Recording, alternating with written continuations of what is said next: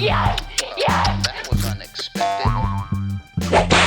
Here to answer all your sex, love, dating, and relationship questions using nothing but a bachelor's degree in theater and English and a general knowledge of popular culture.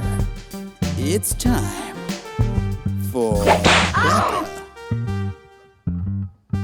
After Dark. Oh, shit, we streaming live on Facebook. I feel funny inside.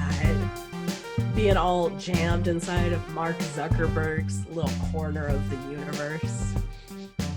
He'd probably be mad at me calling it a little corner, so I'll do it again. His little tiny baby corner of the universe. The universe is pretty big. As big as Facebook is. Like, it's not, I mean, it is ever expanding. Oh, shit. I like that that's our burn that we open up this episode of Becca After Dark with.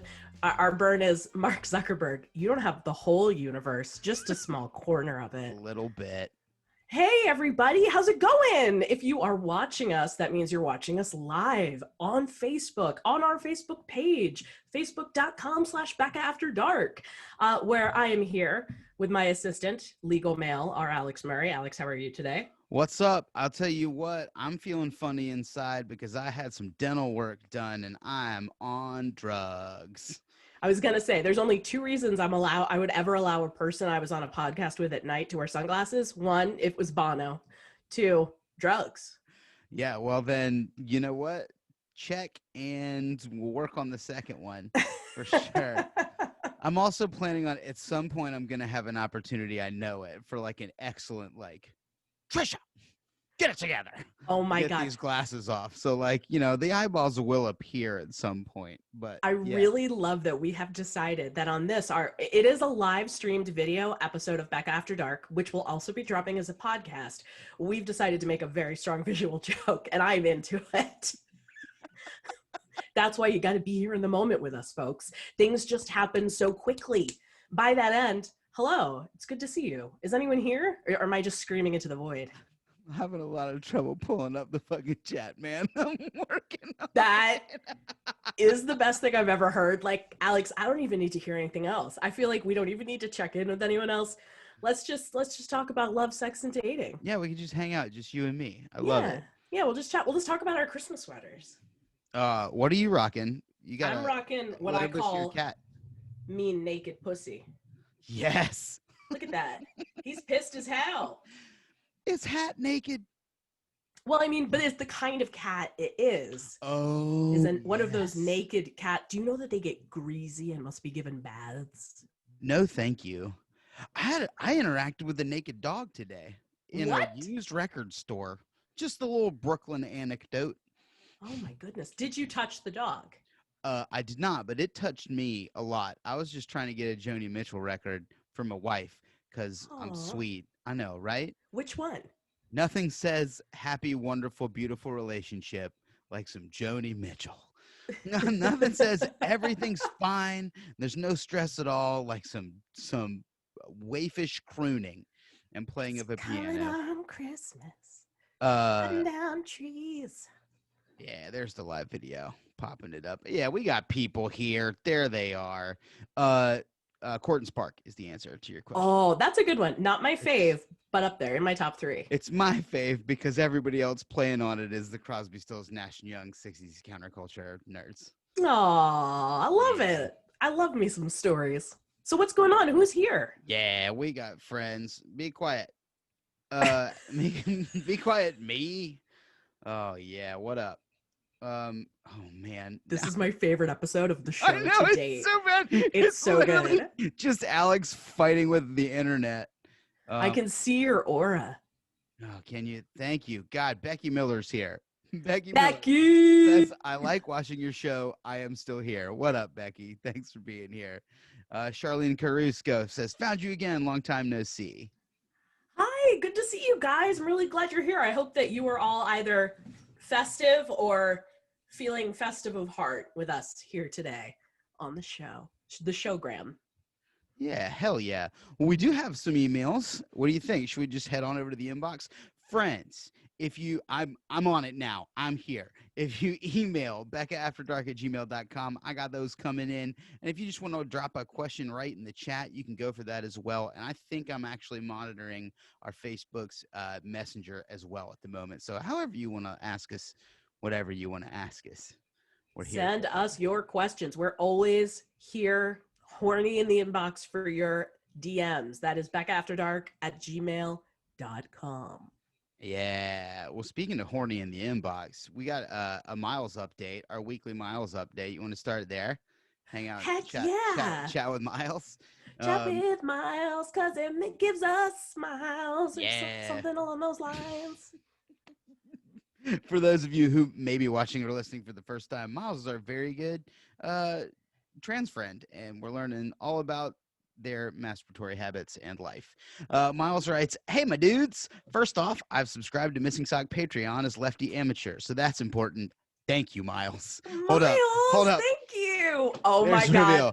Thank you, Miles, The very sunglasses much." are off. We have a Patreon Oh subscriber. man, yeah, we do. We got one. And friends, if you'd like to be number 2 or even more after that, there's a link in the episode description if you're listening. If you're watching, I don't know, there's no way I'm gonna get We'll that up help right you now. out. We'll Yeah. help you out at some point. Just remind us. Thanks for your thoughts on polyamory. It was very interesting. I don't use Facebook, so I'll miss out on the live show, but I will listen to it afterwards on Spotify. Fuck yeah. Anyway, I have a short story from my youth. I was with an ex. She was a girl, and we were getting into it. Things were getting very slippery, and while I was being fingered, she slipped out and rammed into my pre-T dick, and it really, really hurt. Do you have any tips for preventing those types of injuries? Note, there was no lube involved. All my best, Miles. Go back and read me the play-by-play one more time so I hear Cool. the exact mechanics of what I went will. down. There is a PS, and it just says if you have any questions about my transition or general things about FTM MBs, hit me up. And like we'll say again, Miles, hit us, whatever you got. We just want updates and stories from your life because we love you. Okay.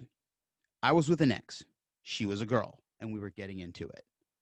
Things were getting very slippery, and while I was being fingered, she slipped out and rammed into my pre-T dick, and it really, really hurt. Do you have any tips for preventing those types of energies? God, injuries. Do you have any tips for preventing those types of injuries? I love that your heart wants it to be about energy, that your heart's like, Energies. it's about slippery sexual energy. How do you prevent the fucking T dick flicking energies? If only we knew.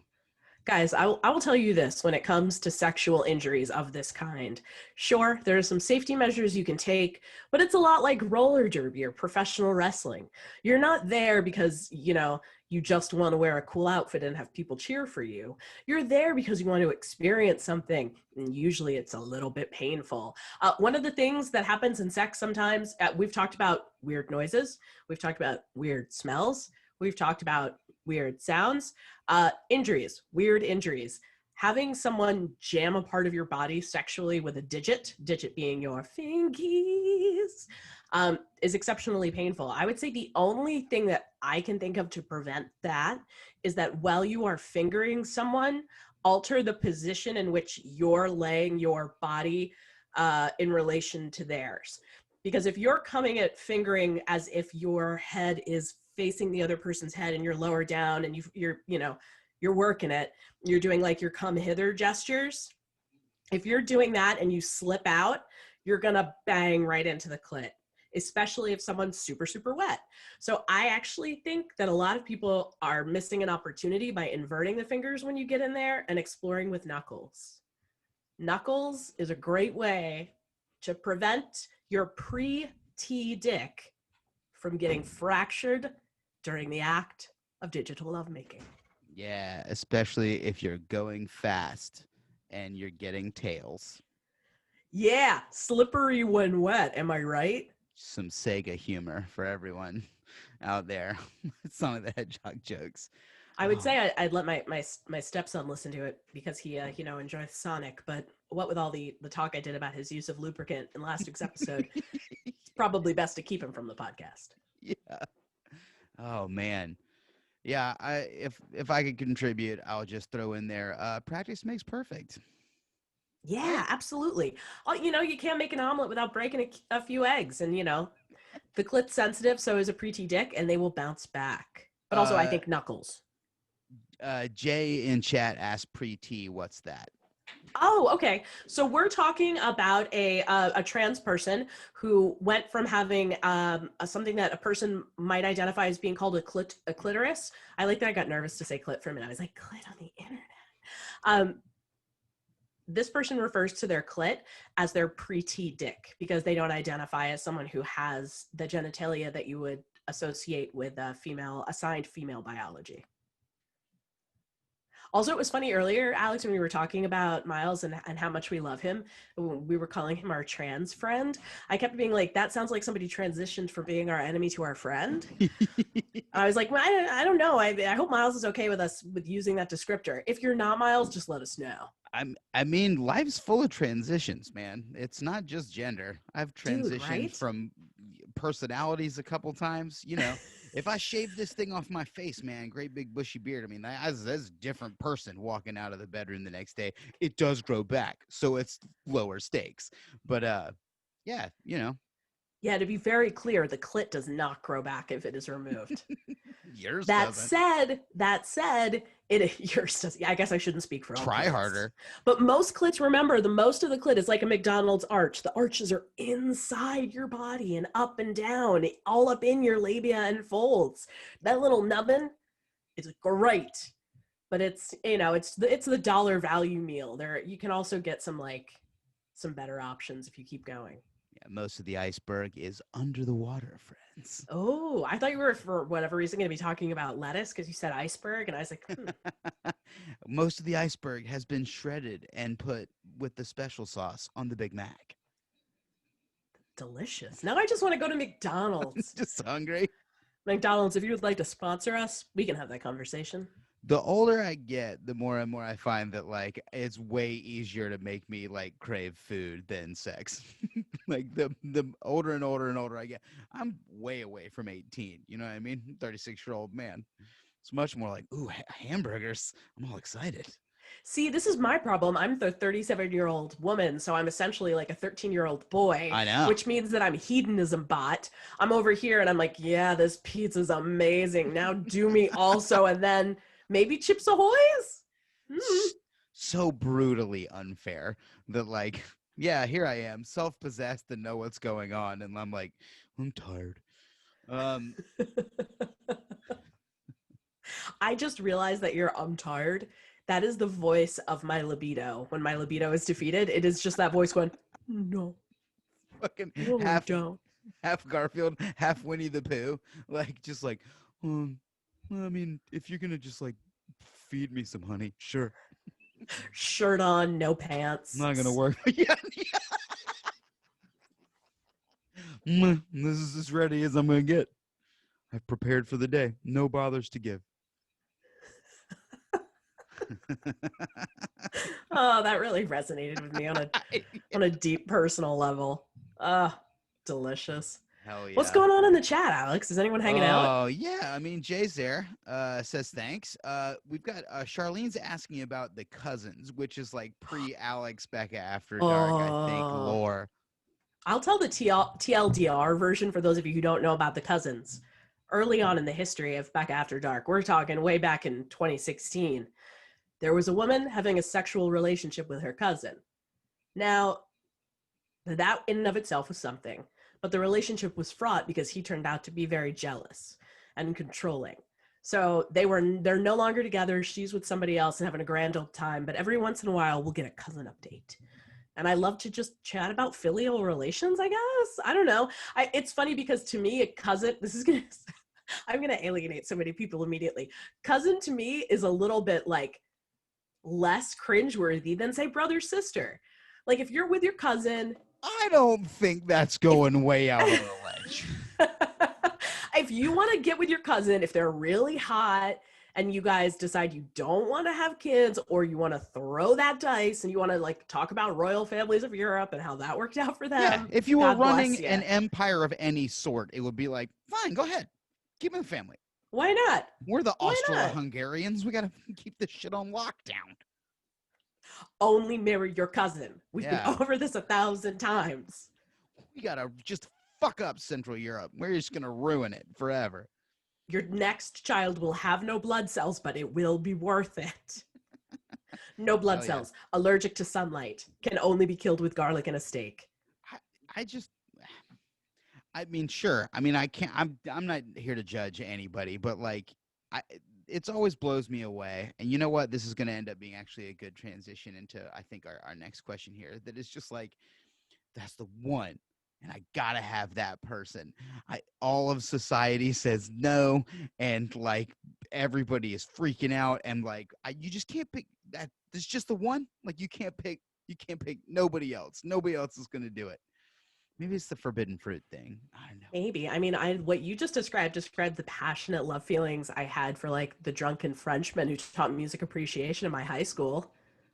I mean, yeah, but also like we've both read Romeo and Juliet, and when you just follow that, like those love passion, you end up That story would have worked out provided two things. Everyone had had cell phones, and the children had not been children but slightly older. Yeah. You know what was a bummer about the drunken Frenchman, though? The drunken French teacher is that he actually did wind up having an affair with a student and then marrying her. So ultimately, I felt very cheated. Yeah, that's like the altar boy who's mad that the priest didn't pay attention to him. Oh my God. Why not? My butthole glistens like the sun. Come on, look at me over here. I'm so supple. I love What do I have to do? There's a horrible Rodney Dangerfield impression to be made there. I'm on too many tooth drugs to get the bat off my shoulder. What do you say? Speaking of unrequited love, because that's what we were just talking about. Let's head back to the inbox. This one's from T. They say, "Hi, Becca and Alex. I've written in before about a guy I've been seeing for almost a year now, and you've given me great advice. I'm not sure if you remember, but we've been dating, and because of his past and his bad marriage, in quotes, he won't commit to me, and for some stupid reason on my part, I keep continuing to see him in hopes, I guess, of showing him that good love and real love is out there and exists. Dumb, I know." Not dumb. You're human. Continue. Sorry. Had to interject. You're not dumb. You love someone. There's nothing dumb about feelings, except that all feelings are dumb, but we'll talk about that later. We just referenced a very famous couple that could not help themselves. The cousins, of course. You've given me great advice on that, and have told me basically that I need to just walk away. I get it. Easier said than done when feelings are involved and wrapped up, and he continues to pull me back in. Here's my dumb question this week. You're going to slap me through the computer, I know. Haha. Even though we're not exclusive, I respect the relationship we have, but he doesn't.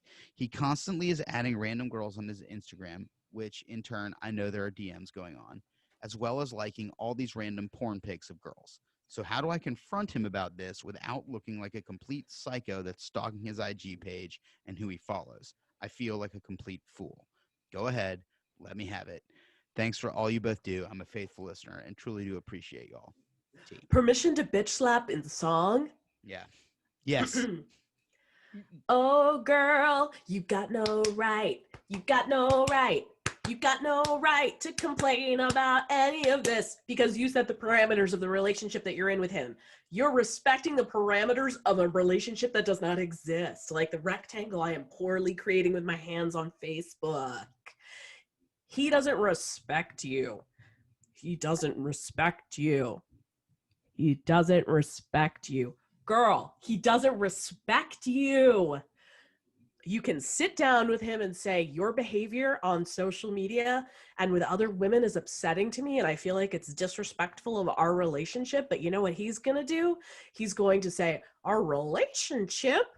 And then you're going to have to redefine and have the conversation that you've had a number of times over again until you decide you're annoyed and walk away.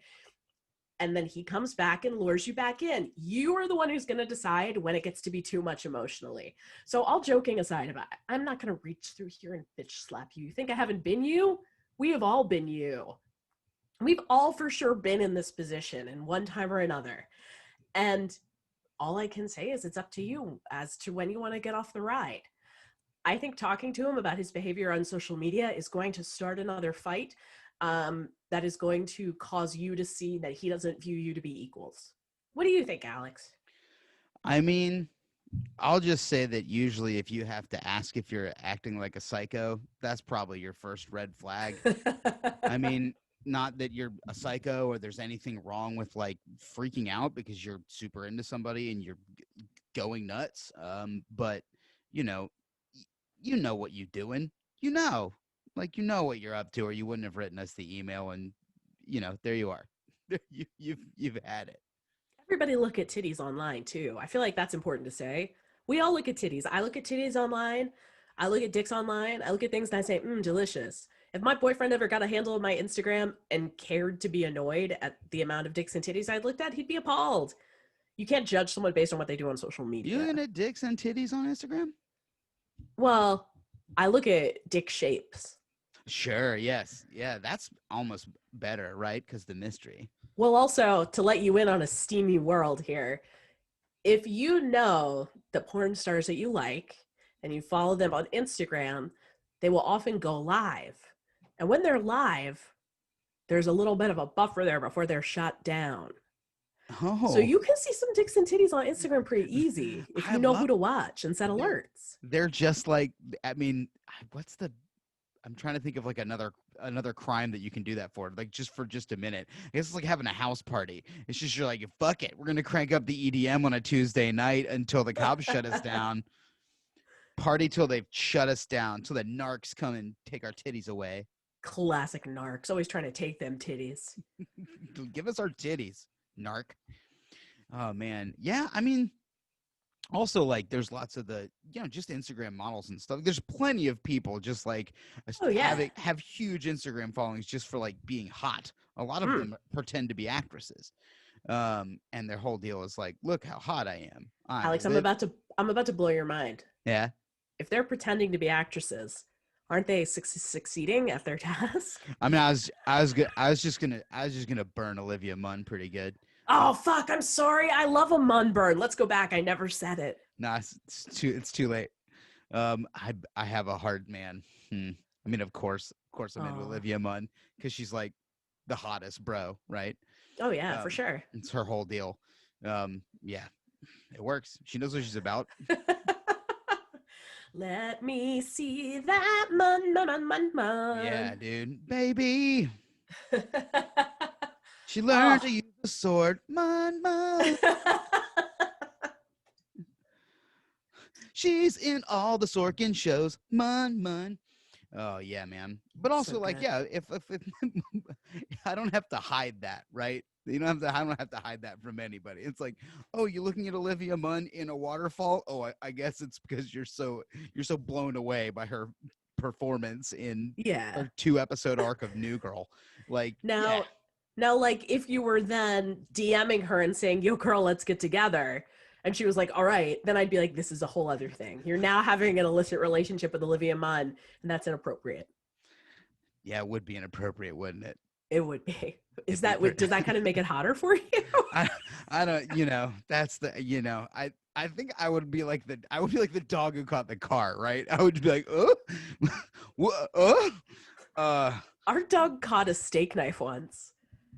what?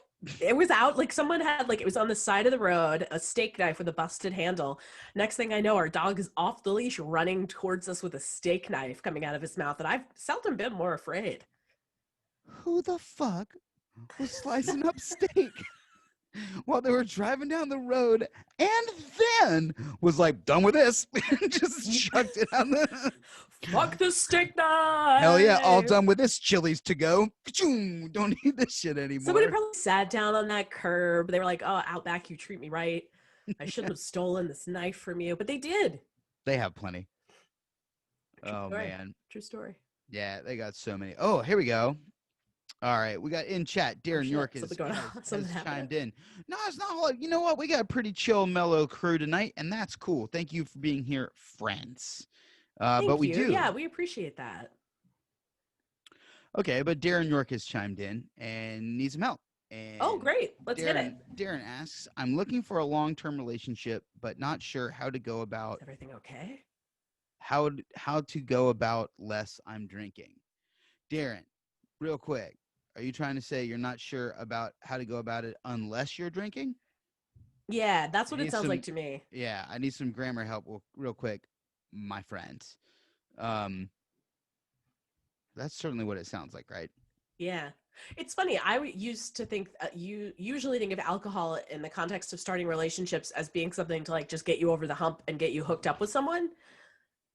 But if you're talking about using alcohol as a tool to stay in a long-term relationship, then you're talking about alcoholism.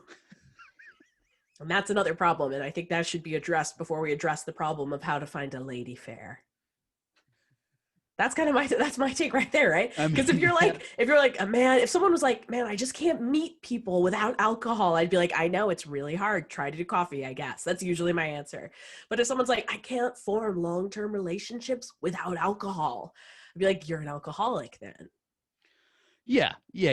That's definitely the problem. I'm just gonna assume something that I run into a lot with actually a couple of my friends that are like, I don't drink, and it's so hard to like. I mean, you said it, coffee. Like just another drug. Find another drug to Do do another with thing. other people, and also like, you're gonna want to be in a long-term relationship with somebody that does the same drugs that you do, right? Yep. Whether that's meth or like Sorkin dramas.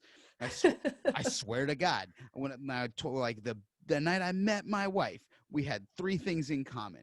It was we both were big Aaron Sorkin fans. We loved Shakespeare, and we realized that we both like what we refer to as quaint ruckus.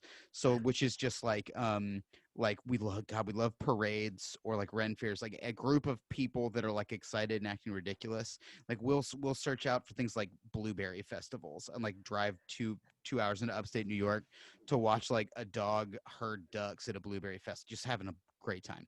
But like, and that was it. I was like, that's sweet. Those are three Those are drugs. your Those are drugs. thrue drugs we'll never run out of. There's just always going to be tons of that. There's plenty of it. And like also craft beer, there's plenty of it. So like if you have I was a craft beer bartender for years until the quarantine hit. And like, I know a lot of couples who like, that's what they do. They come drink heady IPAs together. Like good for them. So yeah, find another drug, my man. Like anything. Yeah.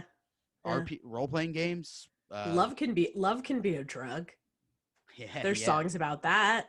yeah. And fucking Huey Lewis needs a different one. It's not It's treating Huey well. it's so fucking hard to just meet people generally. To go out on a mission to meet someone romantically, it just, I don't know about you, it always made me feel like a little bit of a latch. I'm like, why are we all just pretending? Why are we pretending that we're out here just socializing and having a good time when the end goal is to like find a mate? So I understand the frustration there too. I'm gonna sound like a huge dick. I never did that. Like I swear to God, like I didn't internet date like before I met uh my girl, but because of like time, like that wasn't quite ubiquitous yet. But I don't know. My deal was always like, I mean, you knew me in college. I was just doing my thing, Dude, and like yeah. like I was just doing my thing. What is that? Oh, that's Alex is drunk on that burning couch. Well, he's definitely not trying to find a mate right now. He's doing his thing, and like You were in the full glow of your Alex. but I was in a scene, and we were with people. I mean, we were in the same scene. We were hanging out, and we're just there doing you were very often also just doing your thing. Dude, And he's being very kind. My thing in college was being a flaming hot mess who scared most people. But that's okay. We all grow. We all change. that's what I'm saying. Like you will attract people is if you are being authentic. I really believe that is true.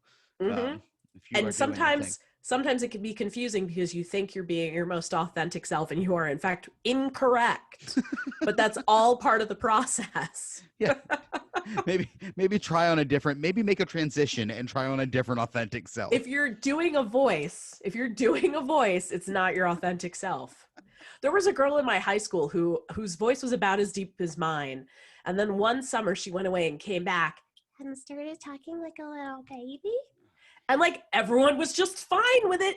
It drives me nuts to think about to this day. No, I don't know what happened. I don't know why she was allowed to make that choice. I mean, I tried to change my name when we started going to college. I was like, now's a chance for a new spicy nickname. Couldn't even get away with that. This bitch changes her whole register. It just comes back. I love that. I went to summer camp every summer, and I'd try some bullshit like that every September. I'd come back and be like, "Oh, I'm super into kayaking now," and they'd be like, "Shut up, nobody cares, nerd. You're gonna act. We know.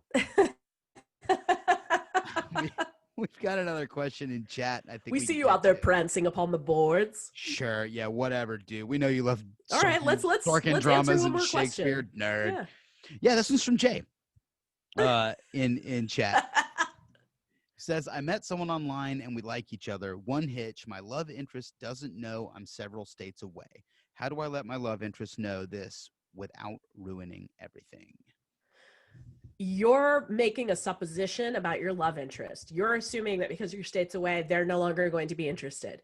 You can't make that assumption because while you might have a good sense of this person and know them pretty well, you're not this person. Because you are not this person, you really have no idea ultimately what they're going to do.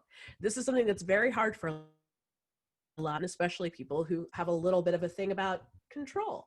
And I say that as one of those people. At this point, you have to tell her and you have to be honest and you have to make it not a thing. So the next time you're chatting, you need to say, hey, I should have mentioned this from the get-go, but when I started doing online dating, I cast my net a little wider in the hopes of meeting more like-minded people. And I'm actually from Dubuque or wherever you're from, I don't know why I picked Dubuque. Maybe it's where you're from. Maybe. There's a 1 in however many cities there are in the world chance. So that's my take, man. That's my thought. It's also, you just lied about where you live, or you withheld information about where you live. You weren't like, also, I have 3 arms. It's like you didn't withhold anything crazy, just kind of a little weird that you didn't share. Yeah. Yeah. Also, like, I don't know, what's several states? Yeah, I guess it's different if you're like, let's see, if you're like Rhode Island, California. That's different than like Connecticut, New Jersey. Oh yeah, Connecticut, New Jersey is shit. That's closer than like literally me to you. And yeah, right now I'm closer to New Jersey than I am to you. Yeah, that's true. Absolutely. It's the classic like long distance relationship New York City problem where someone's like, I live literally an hour and a half away from them because trains are dumb. Dude, I had to take 2 trains, a ferry, a Sherpa. Terrible. Like I cannot tell you how many friends I've had be like, I like them a lot. 3 trains, too many trains. Like I'm not doing it. Never saw my brother lived in New York for 3 years and we hung out twice. Yeah. Because of trains. Yeah. It's tough. Oh man. Yeah, I guess it's different if you're like a couple, a Nebraska or 2 away. That's one thing. Yeah. But I also think that it depends on I think with long distance, and I'm pretty open about this, I don't think long distance can work indefinitely. I think there needs to be like an end in sight. So unless you're really serious about moving or she's really serious about moving, if this is something that you're hoping will become a serious romance, you're gonna want to talk about that ahead of time so you know how much of your heart to expose. Nice. Thank you. Should we leave it on exposed hearts? Yeah, that's nice and ghoulish and gory for the Christmas season. I mean, grown hearts, roast beef, exposed. Oh, beezelnut stew. Yeah. I love it. Sam and his antler. Oh, man. Such good stuff. Yeah. Well, then let's do I gotta tell you it's Max. I have to tell you it's Max. Son of a bitch. Antler. I do that all the time. Sam's the Little Mermaid dog, and I think that's Max too. Son of a bitch. They're both named Max, aren't they? Is there a dog named Max? Who knew? We figured something else here tonight. I feel like my heart and brain have grown 3 sizes on this episode of Becca After Dark.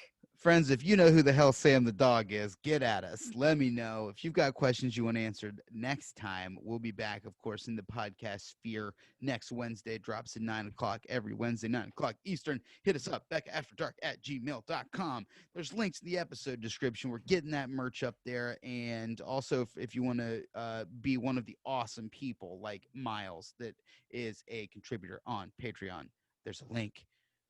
I'm on the internet at @RAlexMurray. What about you?